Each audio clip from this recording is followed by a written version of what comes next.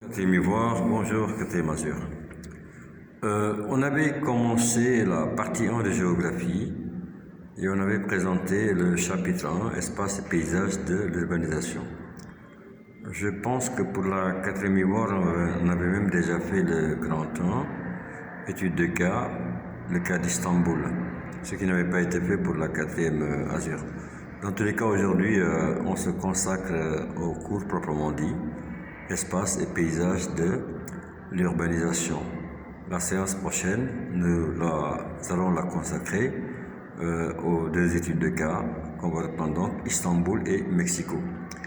Bien, pour le cours d'aujourd'hui, nous allons l'étudier avec trois parties. Grand A, mondialisation et urbanisation du monde.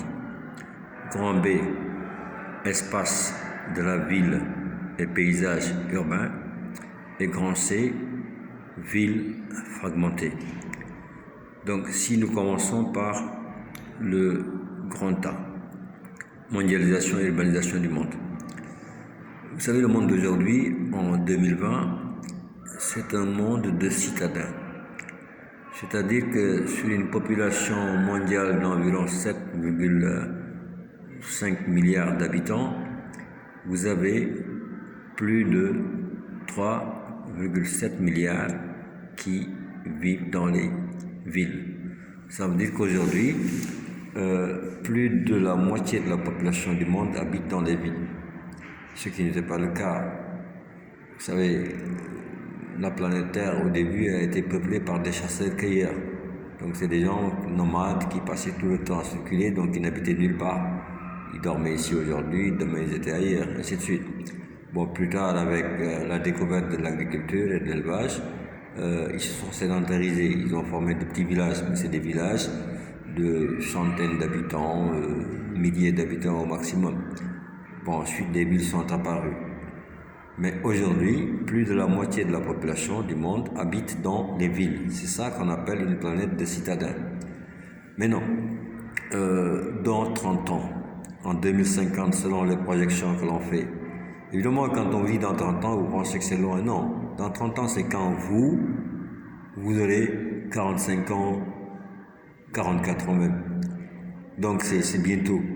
Dans 30 ans, on ne sera pas un peu plus de la moitié de la population qui vivent dans les villes, mais on sera 2 tiers de la population, c'est-à-dire 2 personnes sur 3 vivant dans la ville. Concrètement, aujourd'hui on a 3,8 milliards d'habitants dans les villes sur 7,5 milliards d'habitants. Dans 30 ans, quand vous allez avoir 44 ans, 45 ans, vous ferez partie des 6 milliards d'habitants des villes sur 9 milliards que la Terre comptera. Donc, des habitants sur 3. Ça, c'est un premier aspect dans la planète de citadins. Le deuxième aspect, c'est qu'il y a une différence entre ce qui se passe dans les pays riches et dans les pays pauvres. Dans les pays riches, mettons États-Unis, Europe, Japon, dans ces pays-là, la population urbaine est de l'ordre de 80%. C'est assez stable. 80%. Concrètement, supprenez un pays comme la France, 66 millions d'habitants, vous allez avoir au moins 53 millions qui vivent dans les villes et seulement 13% qui vivent 13 millions qui vivent en campagne. Alors que si c'était un pays pauvre de 66 millions, vous allez avoir peut-être moins de 30 millions qui vivent dans les villes et un peu plus de 36 millions qui vivent dans le monde rural. Mais non, je vous ai dit que dans les pays riches, vous avez 80% des citadins et que dans les pays pauvres, on a à peu près 45% des citadins. Maintenant, il faut retenir que dans ces pays pauvres-là, il y a des villes qui connaissent une croissance très accélérée. L'exemple le plus frappant, c'est celui de Nouakchott. Nouakchott est une ville qui a 63 ans. Elle a été fondée en 57, avec peut-être 300 habitants si on rassemble le petit campement au niveau du Ksar vers le Carrefour Roulement et ceux qui vivaient à la capitale ici au niveau de ce qu'on appelle aujourd'hui l'immeuble Asnim, vous aviez peut-être 400 à 500 habitants maximum si on les rassemble. Aujourd'hui, on est à 1 million voire plus. Ça veut dire qu'il y a eu, en 63 ans, une croissance très rapide. Alors que dans les villes comme Paris, Londres, Amsterdam, c'est vrai que la population augmente, mais en 100 ans, elle n'a pas augmenté dans les proportions de l'augmentation de la population de Nouakchott. Ça, c'est le premier aspect. Bon, ensuite, il y a un deuxième aspect, c'est que les villes sont dévoreuses d'espace. La ville au départ, elle se développe et à côté de la ville, vous avez des campements, des campagnes et tout ce qu'on veut. Mais plus la ville s'étend, c'est ce qu'on appelle l'étalement de la ville, elle finit par avaler les espaces ruraux qui étaient à côté, donc qui sont intégrés dans la ville, qui deviennent une partie de la ville. C'est pour cette raison qu'on dit que la ville, elle dévore l'espace. Donc une ville, à partir de son centre, elle va devenir plus large parce qu'on va construire des maisons, disons, dans tous les côtés, qui vont entourer, disons, le premier quartier. Ensuite, on va construire un peu plus loin, ça fait la banlieue. Et après, au-delà de la banlieue, on a les zones, ce qu'on appelle périurbaines, c'est autour des villes. Donc ça, c'est pour le premier aspect. Donc si je résume, si je récapitule, la ville est aujourd'hui le lieu principal d'habitation.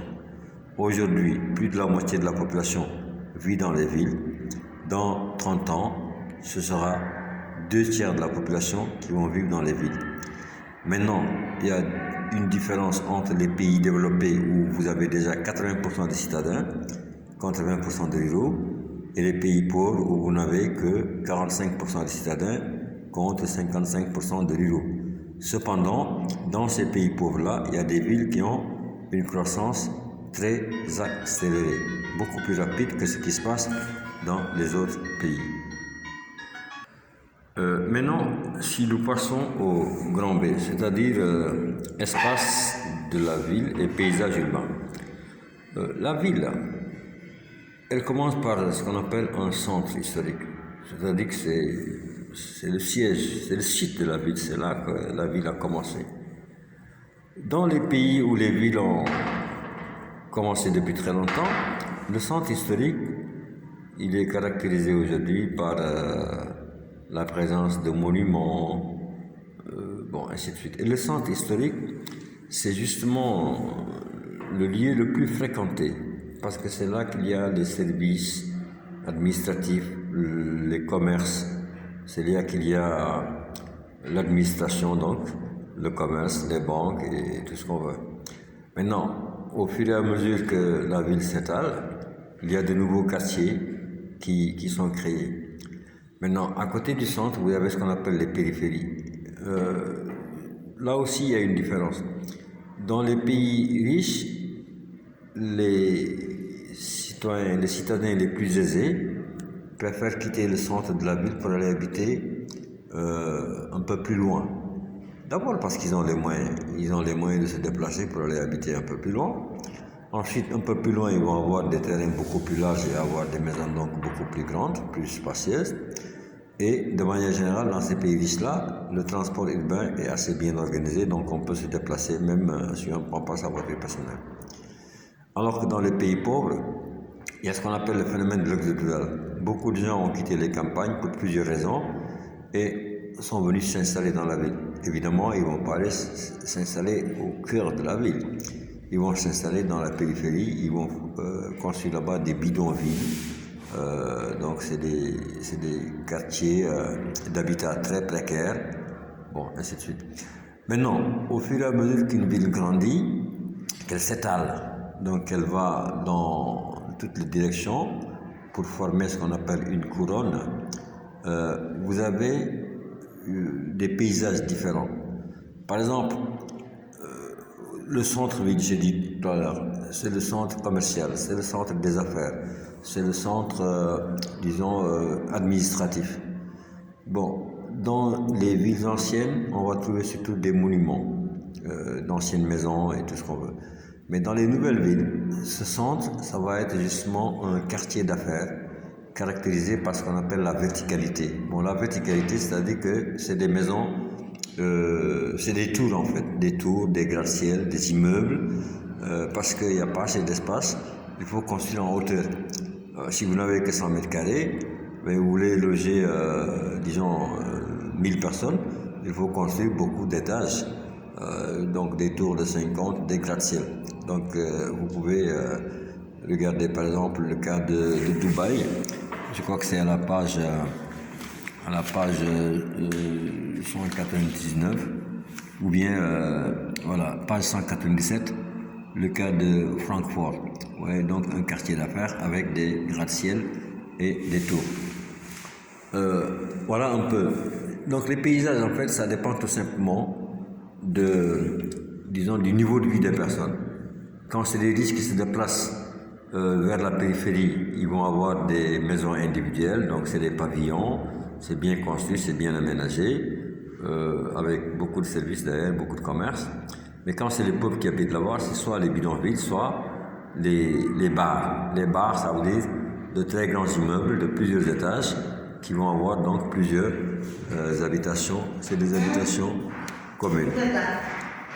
Donc les paysages sont les suivants. Dans les nouvelles villes, centre de ville, c'est le quartier d'affaires, des immeubles, des gratte-ciel, des tours.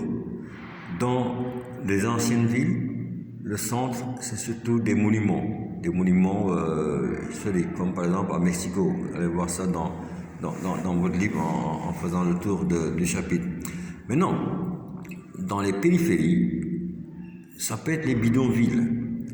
Donc des quartiers d'habitat précaires, construits avec n'importe quoi, avec tous les débris qu'on ramasse, à gauche et à droite, des zincs, des bidons, des trucs, des caisses, des cartons. Vous faites un quartier habitat précaire. Ou alors, c'est des riches qui se déplacent vers, disons, la banlieue. Ils ont les moyens, ils habitent dans des pavillons, des maisons bien construites et tout ça. C'est parce qu'ils veulent tout simplement un peu plus d'air, parce qu'en ville, c'est un peu serré. Voilà. Maintenant, pour ce qui est de la troisième partie, c'est-à-dire le grand C, les villes fragmentées. Ce qu'on appelle villes fragmentées. Fragmentées, ça veut dire diviser quelque chose. Les villes sont fragmentées. Bien. Vous avez tous un certain nombre de professeurs à l'école. Mais demandez à vos professeurs où est-ce qu'ils habitent. Ils vous diront qu'ils habitent au 5e, à Dar Naïm, à Arafat, au 6e, etc. Ils vous diront rarement qu'ils habitent à Sahrawi ou à Soukouk, etc. Vous-même, vous connaissez Big Market, vous connaissez Atlaq al-Khair, vous connaissez ces quartiers-là, Cité Plage, Route de Nouadhibou, Centre Émetteur, Sahrawi.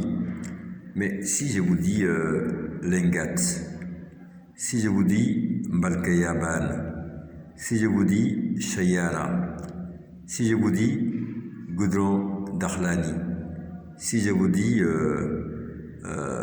Waqf al-Ahmar, si je vous dis Tab-16, Carrefour Kandahar, mais vous êtes perdu. Vous pensez que, ben non, c'est à Nouakchott. Goudron Dakhlani, Mbalkayaban, Lengat, Waqf al-Ahmar, c'est à Arafat. Chayara, c'est à Mellah. Tab-16, c'est Tarhil. Mais vous ne connaissez pas. C'est ça qu'on appelle ville fragmentée. Les gens habitent chacun dans un espace. Il y a ceux qui habitent Rue de Nouadhibou, ils habitent Sahrawi, ils habitent Soukouk, ils habitent Centre Émetteur, ils habitent Cité Plage. Ils ne connaissent pas la ville. Donc, ils ne connaissent pas en fait, disons, Tarhil, ils ne connaissent pas Toujunine, ils ne connaissent pas Bourdida, ils ne connaissent pas Kosovo, ils ne connaissent pas Tab-16. Parce que tout simplement dans la ville, chacun a son coin dans lequel il habite. Et même dans vos déplacements, ben vous vous déplacez juste dans une certaine zone et puis vous ne connaissez pas l'Est. C'est ça qu'on appelle la ville fragmentée. C'est-à-dire que maintenant, il y a certains programmes qui essaient de créer la mixité. C'est-à-dire faire en sorte que dans les quartiers, on crée des maisons pour les riches, mais qu'il y ait aussi des maisons pour les moins riches, c'est-à-dire classe moyenne, des ouvriers, tout ça. Bon, imaginez, un ouvrier ne va pas habiter à Soukouk. Un mécanicien ne va pas habiter à Sahraoui. Si vous cherchez un mécanicien, c'est peut-être quelqu'un qui a un atelier là-bas, mais il n'habite pas là-bas. Regardez un peu, passez à côté des petits vendeurs qui sont le long de la rue, là, près de chez vous. Demandez-leur où ils habitent, ils vous diront j'habite à Arafat. Ou bien j'habite à Riyad, j'habite, bon, ainsi de suite. C'est ça qu'on appelle la ville fragmentée. Maintenant, il y a aussi un problème. Dans les pays du tiers-monde, les conditions sont extrêmement difficiles parce que les gens, ils ont ce qu'on appelle un mouvement pendulaire. Ils habitent dans la périphérie et ils doivent venir chaque jour en ville travailler. Le soir, ils doivent partir. Donc, les quartiers périphériques deviennent ce qu'on appelle des quartiers dortoirs. Le jour, on vient travailler en ville et le soir, on prend le taxi, on rentre pour aller dormir dans des quartiers périphériques très éloignés. C'est donc un mouvement qui ne finit pas. Le jour, maintenant, tous les taxis vont vers la ville parce que les gens, c'est là-bas qu'ils vont chercher l'administration, les banques, le commerce, les marchés et tout ça. Et le soir, c'est la course vers, disons, les quartiers périphériques. Les gens vont rentrer pour dormir là-bas. Et dans ces pays du tiers-monde, justement, c'est difficile. Tout le monde veut partir en même temps.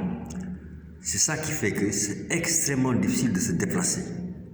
Extrêmement difficile de se déplacer parce qu'imaginez, on part dans un taxi.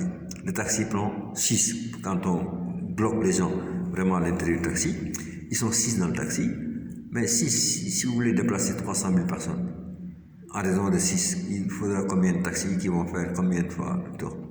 Alors que si on avait, par exemple, dans les pays développés, vous avez un moyen de transport qui est très développé, justement, parce que vous avez des trains, par exemple, qui passent toutes les 10 minutes. Chaque train va avoir au moins 10 wagons. Chaque wagon va prendre au moins 100 personnes. Donc, 10 wagons, 100 personnes, ça fait 1000 personnes. Et toutes les 10 minutes, un train part, ça fait 6000 personnes par heure. Au lieu, avec seulement 6 trains. Donc, voilà un peu pourquoi ailleurs, on peut habiter, par exemple, à 100 km de Paris ou à 200 km de Paris et travailler à Paris. Parce que vous avez le TGV. Par exemple, le TGV qui vous fait, par exemple, mettons, Nouakchott-Rosso en 1 heure de temps. Mais il est préférable, par exemple, de descendre de l'école des cadres, de prendre le train, d'être à Rosso à midi 20, et puis le problème est réglé. Sinon, ce n'est pas possible. Pour les pays du tiers-monde, c'est pas facile. Donc, quand moi, par exemple, j'ai la possibilité de prendre un train à midi 20 et d'arriver à Rosso à 1h20, ben, je préfère habiter à Rosso dans une grande maison avec une grande cour plutôt que de devoir prendre un taxi ici jusqu'à la clinique, prendre un taxi jusqu'à Rafat, prendre un taxi jusqu'à Kosovo. Bon, ça va me faire 45 minutes, autant que je pourrais faire avec le train. Et puis, j'ai habité dans une maison, ainsi de suite.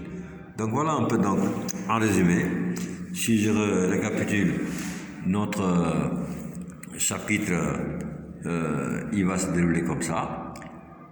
C'est-à-dire paysage. Je vais donc vous montrer le plan au tableau et on va résumer un peu le corps.